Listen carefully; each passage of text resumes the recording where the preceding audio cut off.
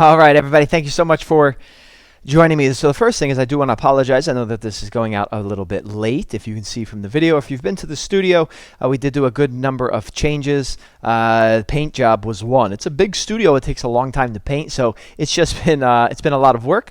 We kind of started last Thursday, but the studio is about 95 or 96, I would say, percent done at this time. There are still a few more little tiny changes, but the vast majority of the things have been done. So I appreciate. Thank you for bearing with me during this time. Again, it was just a lot. So I was able to get, I think the yoga sequence went out sometime during Monday daytime, where I normally try to have them both go out at 5 a.m. So it's just, I apologize, but we're just a bit behind. But today's Wednesday, so we are getting it up there for this movement tutorial. So today what we will be looking at is the Kozak squat position and how we can kind of move in and out of that position. All right, and we're going to use the Kozak squat as our prep work. Now, if you are a yogi, Kozak squat and Skandasana pose are incredibly similar. So maybe in your mind you can compartmentalize it as Skandasana pose, if you're from the yoga realm, more of the mobility realm, then again we call it the Kozak squat. So that's what we'll do to kind of prep the body today. So we'll bring the legs fairly wide, definitely beyond hip width distance. And you can always use your hands on the ground to prep to take some pressure off of the joints initially. But if you could do this without the hands on the ground, then fantastic. But do the best you can. So I'm going to sit the weight into this right heel. I'm going to kind of scoot it a little bit. Maybe the heel touches down. Maybe it doesn't. This is often the case. It's okay. All right. And then we're going to try to shift the weight from the right heel into the left heel. All right, and then we'll proceed kind of going back and forth like I had mentioned earlier. You can absolutely use your hands on the ground. It will take some pressure off the knees, all the joints really, but then maybe we can perform it without the palms on the ground. Whoop. And as I fall back, it proves a nice little point. So we can counterbalance with the arms. So reaching the arms forward. A lot of times this is where people will be initially. Once we start to open up a little bit, maybe you can kind of do it with the arms not so extended out. All right, so we'll use this as our prep. Kind of again going back and forth here. Please listen to knees, listen to ankles. All right, we'll take one more. And then please understand that this is the position today. Again, we'll call it the Kozak position or the half squat position, whatever you want to call it, that we will be examining of how we can get in and out of. So hopefully this position feels okay initially on the body. It can definitely be challenging. A lot of times it's about this ankle mobility. So a lot of times for individuals, we'll be up here on the heel with the heel elevated. It just takes some time for primarily, in my opinion, the ankles to open up. Maybe it's a little bit of hips where the ankle will touch down. But again, don't be worried if the heel does not touch down. It takes time. It will eventually. All right, let's shake out the legs here for a moment. And then we'll start to look at a few ways of, again, entering and exiting that particular position, that very low gate position to the floor. So the first thing we'll try is to start from a crawl position. And if you've come to class, we've done this before, similar. We're going to just add just some, again, slight variations. So we'll start off with what is going to appear to kind of look like a flip dog, again, if you're from the realm of yoga. So if I have a crawl position, I'll try to bring my right foot high in the air. And the difference this time is we really need it to be a long step back, right? So if you just kind of flip like this and it's not that big, well, you're kind of, I'm going to do it the opposite direction. So if you take a smaller step, well, I feel it's a bit tight here, where I'd rather have a bit more distance. All right, so I'm going to call it an elongated flip dog. So when you flip, have the foot touch down further back. That allows you to come into this Kozak position. And then we'll lead with the right hand back. Coming back, and again, I can return to this crawl. The foot does not touch down right here. It sends back a bit further. We're here in this Kozak position. I'll come out. Boom, like so. All right. So we're going to try about 5 on the right and on the left side for a total of 10. So Please proceed at home, wherever you are. And again, I'll show you from this way. I'm going to do a flip dog and really send the foot far behind. That's that position. Then I'm going to lead with my left hand back onto the mat. Right hand follows. You can return to hovering crawl. One more time, left foot high in the air. And again, I'm going to really try to send it so that I have an elongated stance. You can extend with the arms. Right hand leads. Left hand follows. We're back in our initial crawl. So, again, if you come from the realm of yoga, we call it a flip dog, but what I'm asking out of this one is that the foot does not touch down necessarily where it wants to. We try to have the foot go a little bit further. That gives us the proper distance of the legs, that we can find that, again, that half squat or that Kozak or Skandasana pose position. All right, so for any yoga teachers out there, a really nice flow is to just put like an elongated flip dog right into Skandasana pose. Works quite nicely together. So, now, hopefully you've tried that a few times. You've gotten it in the mind at least a little bit. So now we're going to see if we can continue to flip our dog with the same foot coming in and out of that Kozak position. Now, we've done similar things here in the studio in the past where we did a never-ending flip dog. This is similar but a little bit different because, again, we want the distance between the feet to be a little bit longer than what we were used to. So we'll come back into that initial crawl position. And I'm going to try to have my right foot start me off and take that elongated flip dog. And the goal is to have my right foot perform another one. So I performed one. I'm going to keep rotating. Palms plant down. Right foot performs that elongated flip dog. You can reach in this direction. Keep pivoting. Right foot again performs another big flip dog. All right? So I'll try a few with the left. Left foot performs 2 or 3 in a row. Big step. Not a small one, a big step.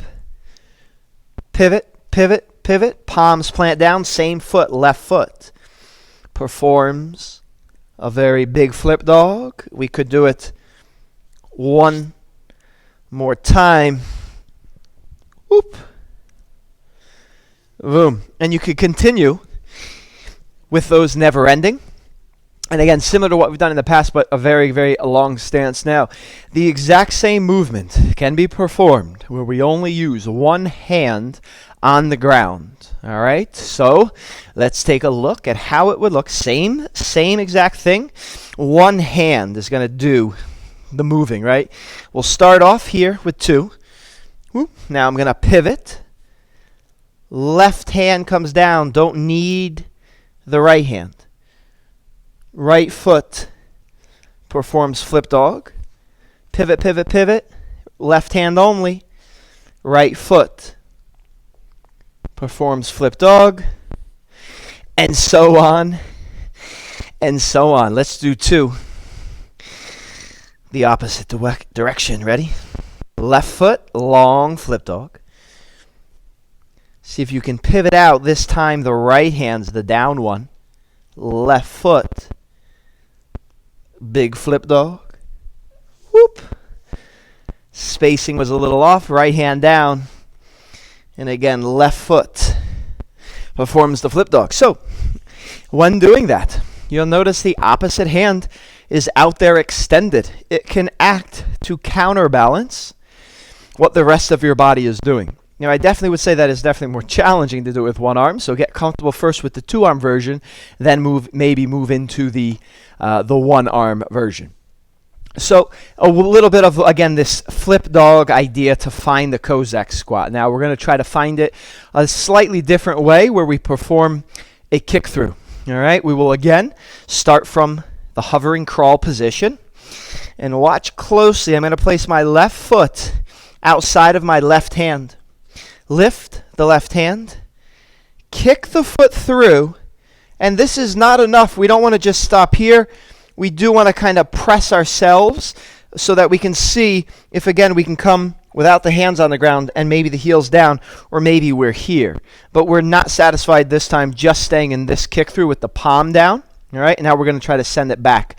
So I'll send the right foot back. I'm back to my starting position. Same thing, right side goes though. Right foot steps next to right hand. Lift the hand, kick through, gently press yourself up. Left palm comes down. Return to your crawl. Now, a nice little mental note to think about. Left foot steps up. I'm going to kick through. If you kick through and your left foot and right foot are on the same line, right? It's more challenging to press yourself up into that position. Whereas, if you were to perform the kick through and have it more on the line that your hand is on, this will allow easier access to press yourself up to that Skandasana versus this. It's a subtle adjustment. My foot is maybe, no pun intended, maybe 2 feet to the right. It makes a big difference. So when you kick through, we want the foot on the line that the hand is on to help press ourselves up to that Kozak. Then we send it back. So take a note of that as I move through these next 3.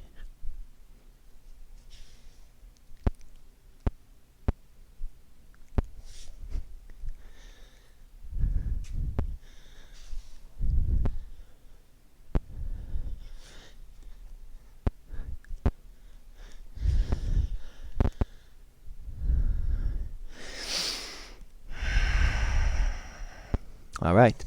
So kind of just refer to that one as a forward kick through.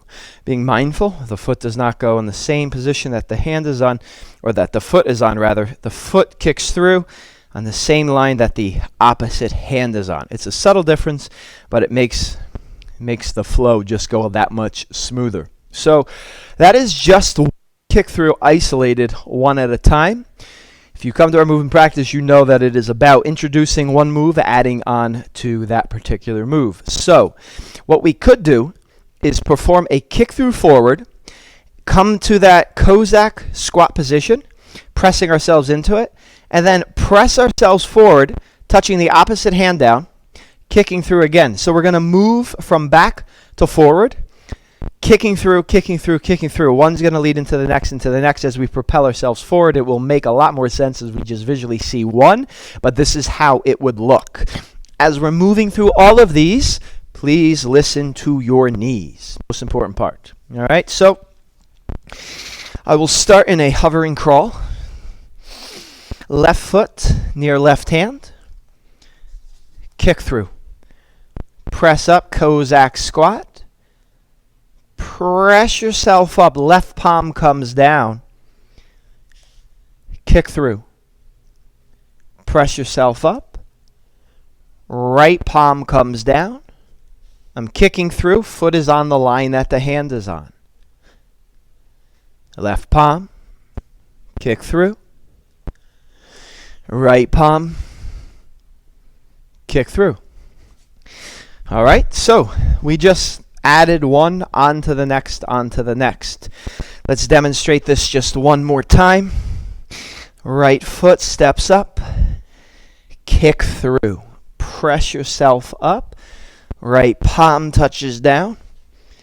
Kick through. Kozak squat. Left palm touches down. Kick through. Foot is on the line that the hand is on. Press up. Reach right hand forward. Kicking through. All right. Hope you like that one. So that's the forward kick through, one after the other, moving from the back of the room to the front of the room. What if we performed 3 or 4 of those kick throughs, and then we were to press reverse on it? So now we will have to go from a kick through, we'll do a few, and then we'll do a kick back to reverse what we just did. All right, as always, anything you do in one direction, we should be able to do it in the opposite direction. Might make it a little bit harder. Who knows, maybe sometimes easier. But in theory, we should kind of work the same. So let's give it a shot. I'm going to start in a hovering crawl. I'll perform a kick through or 3. Ready? Right foot, kick through. Press up. reach, kick through, Kozak, reach, kick through, press up one more time, reach, and kick through. Let's reverse it. Kick back, right foot goes all the way back, all the way back. Left palm comes down behind, left foot kicks back, all the way back. It's a big step back. Back into that left heel. Right hand comes down behind you. Right foot goes back. One last time. Left palm behind. Send it back. All right.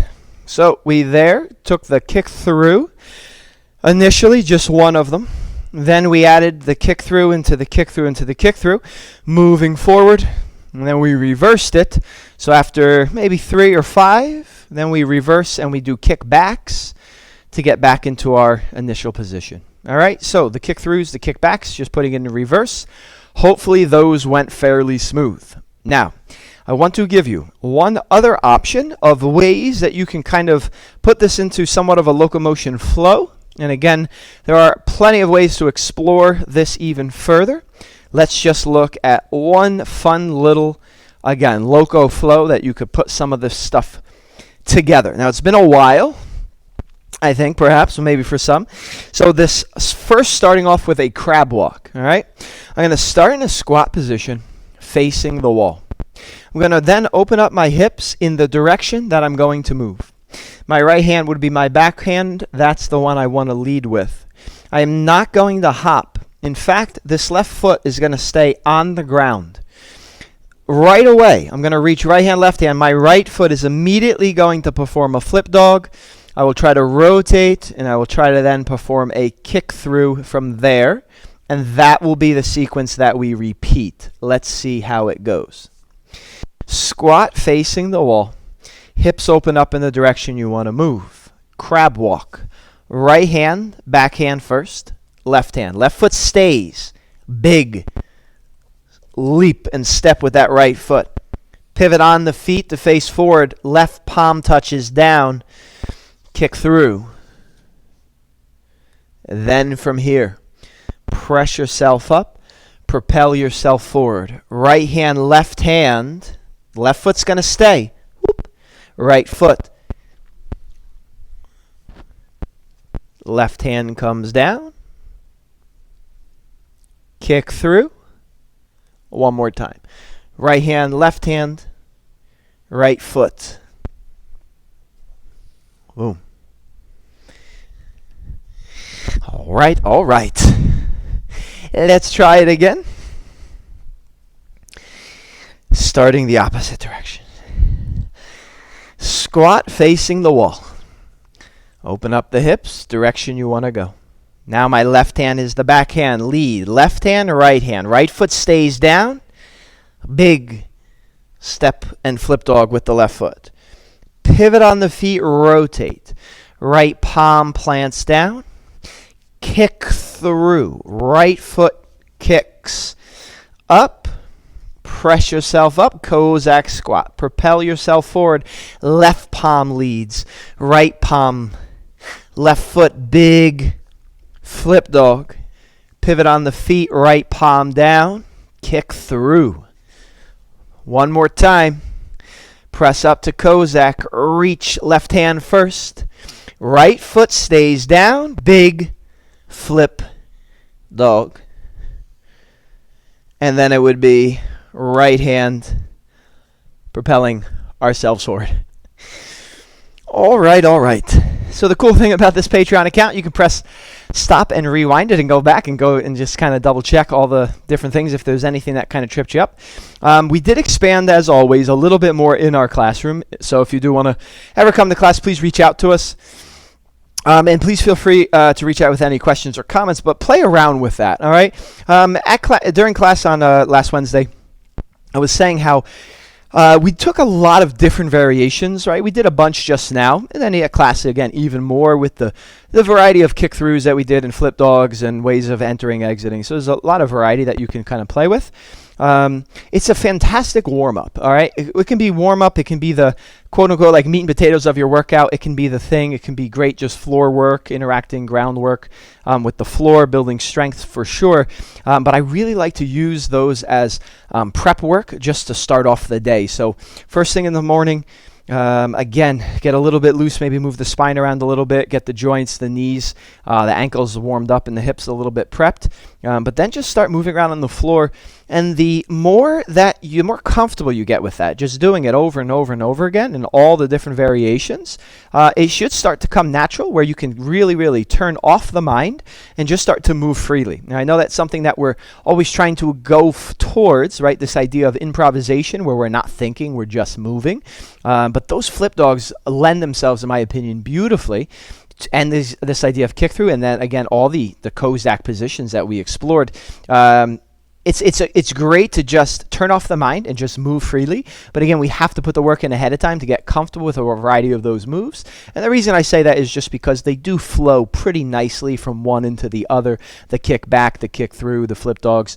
So a really, really nice prep routine, and it does incorporate everything in the body as well. So that's what we have on tap for our movement tutorial today. You want to check back next week and see how what we're up to. Or please reach out with any questions if you're interested in coming back into the studio. Please reach out with questions. We can explain exactly our policies and how it's been going really, really well. So we hope to continue that. All right. Until next time, guys, I will say peace. Have a great rest of your day. Questions, comments, feel free to reach out. Otherwise, flip your dog, explore that Kozak, and then create any other loco motion routines that you like with that material. All right. Hope you enjoyed it. Later, guys. Peace.